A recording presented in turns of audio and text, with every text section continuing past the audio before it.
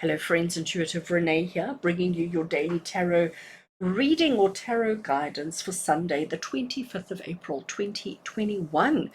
Today I'm working with the Animal Totem Tarot. I think I have used it quite a bit on my channel, but I do so love this deck.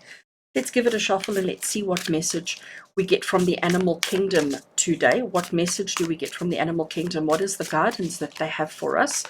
And I'm also going to use the guidebook for this one because there's generally, okay, so each card has an animal on it, and in the guidebook for this deck, each animal has a message for us. So we're going to work with that today. So let's give the cards a good proper shuffle. Gosh, I'm being brave doing this on camera, but that seemed to work okay. Let's try that again. I just want to give the cards a nice proper shuffle for Sunday, and let's see what message we get from the Animal Kingdom. What message do the animals have for us? What is important and significant? What do we all need to know today, Sunday, as we go from the end of one week into another? Okay, cards have had a nice good shuffle, and let's draw and see what is the message that Spirit have for us today. I cut the deck there. First card we draw. Sorry, I see we're not in focus. Go. The first card we've drawn is the Four of Cups, and we have a beautiful octopus. Second card I'm drawing for us today is the Five of Cups. Oh my gosh, you'd swear I didn't shuffle, but you saw me shuffling. And then the next card we have is the World. All right, let's put the deck away. I'm just going to stick it over there. So before I get the guidebook out to actually read the message from the animals, let's just look at the imagery that we have here. So it is Sunday, 25th of April. We've got the Four of Cups. So Four of Cups traditionally is the card of boredom. So here we have this octopus. He's almost, I want to say, he's swimming past these four cups that are here. He hasn't even noticed them. He's so bored. He's so, I want to say, involved in his own thought process. He's so caught up in his own world that he doesn't even see the opportunities that are right there for him.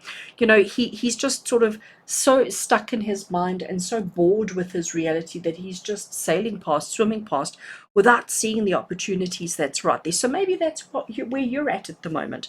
And then the Five of Cups, I know it's got a little bit of gore and it's got a little bit of blood over there, which we don't like to see. But it is about, you know, we have the circle of life, okay? And here we have this Otto, I think it is, a beaver, or Otto, I don't know, swimming away and, you know, looking at all this tragedy, looking at all this pain, looking at all this disappointment, and choosing to not be a part of it, choosing to walk away from it. And then finally we've got the World card, and here we have what looks like an island. So we're looking from above, we're looking down at a beautiful island. You can see that the waters is much shallower there. We've got beautiful clouds, everything, and it almost looks like an eye to me, doesn't it? So now I want to grab, and like I said, this is the guidebook for this particular deck. You can see I hardly ever use, I never actually look at guidebooks, but let's start off with the Four of Cups. Let's see what the message from the animal is. Okay, so reading from the guidebook to give you the message from the octopus. The octopus says, treasure? What treasure? That which you call treasure is just junk in my mind. Because we thought those four cups was treasure, but to him it's not treasure, it's just junk. My world is littered with things that sparkle and shine, but in all honesty, how many shiny things can one actually have? What I am looking for has to be more, do more, and truly move me. Otherwise, it's just another distraction and something else to take up my very limited time. So that is the message of the octopus, and there's so much truth in that, isn't it?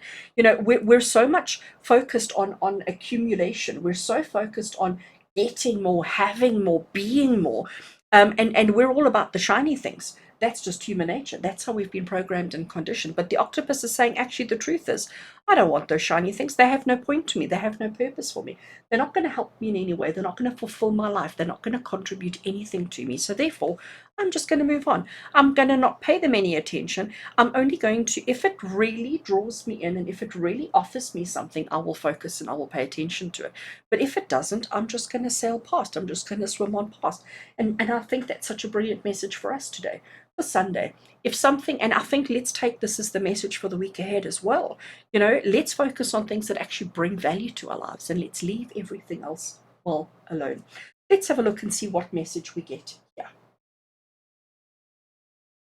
All right, so I said to you that this was an otter or a beaver. Apparently, I had it completely wrong. This is why we have things called guidebooks.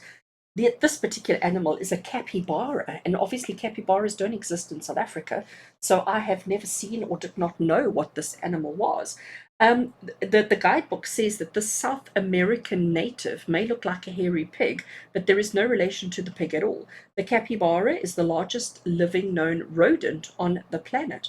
Although a land dweller, she has the affinity with water, so much so that she has small web-like structures on her feet to assist her in navigating the water.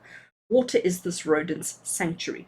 She uses the water as a form of protection and healing. Okay, so let's now see the message from the capybara. The capybara says to us, the water is the one place I know I can be safe.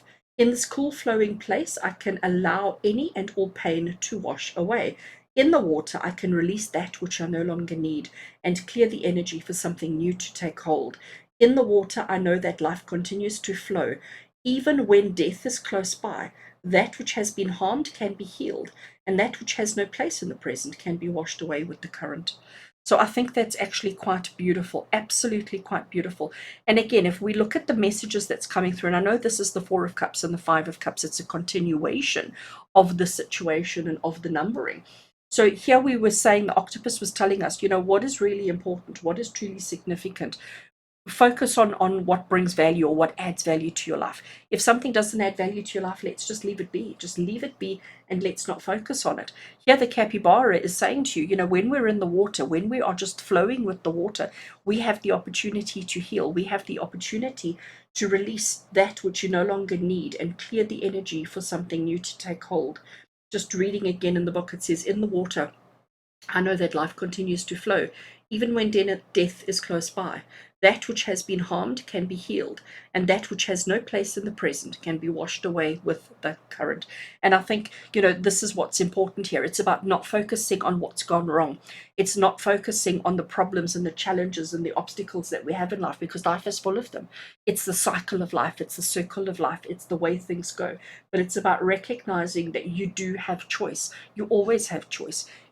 Choose wisely. You always have choice. And now let's have a look at the message from the world. So clearly I don't know my animal kingdom very well at all, friends. So first of all, the world card is the last card in the major arcana, and the world talks about completion. The world talks about attainment, completion, and recognizing the cycle of life. I said to you that this looked like an island, and I also said to you it looks like a bit of an eye.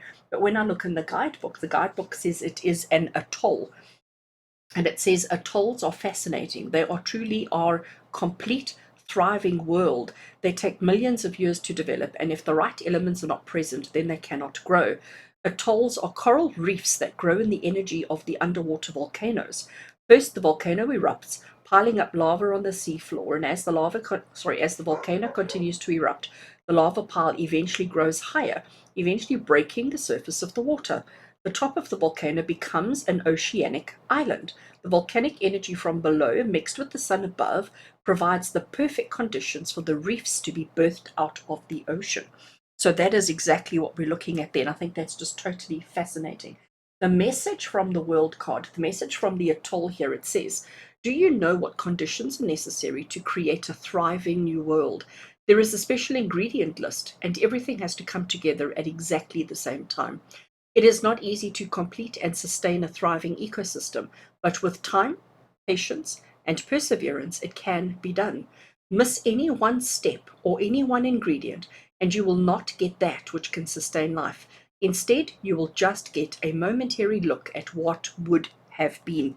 So I think these messages are just fabulous today, and I'm so glad I decided to pull out the guidebook.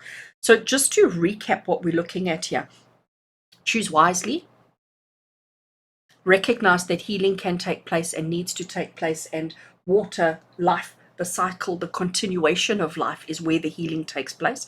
It's not keeping still. Keeping still is where you give into the death, give into the dying.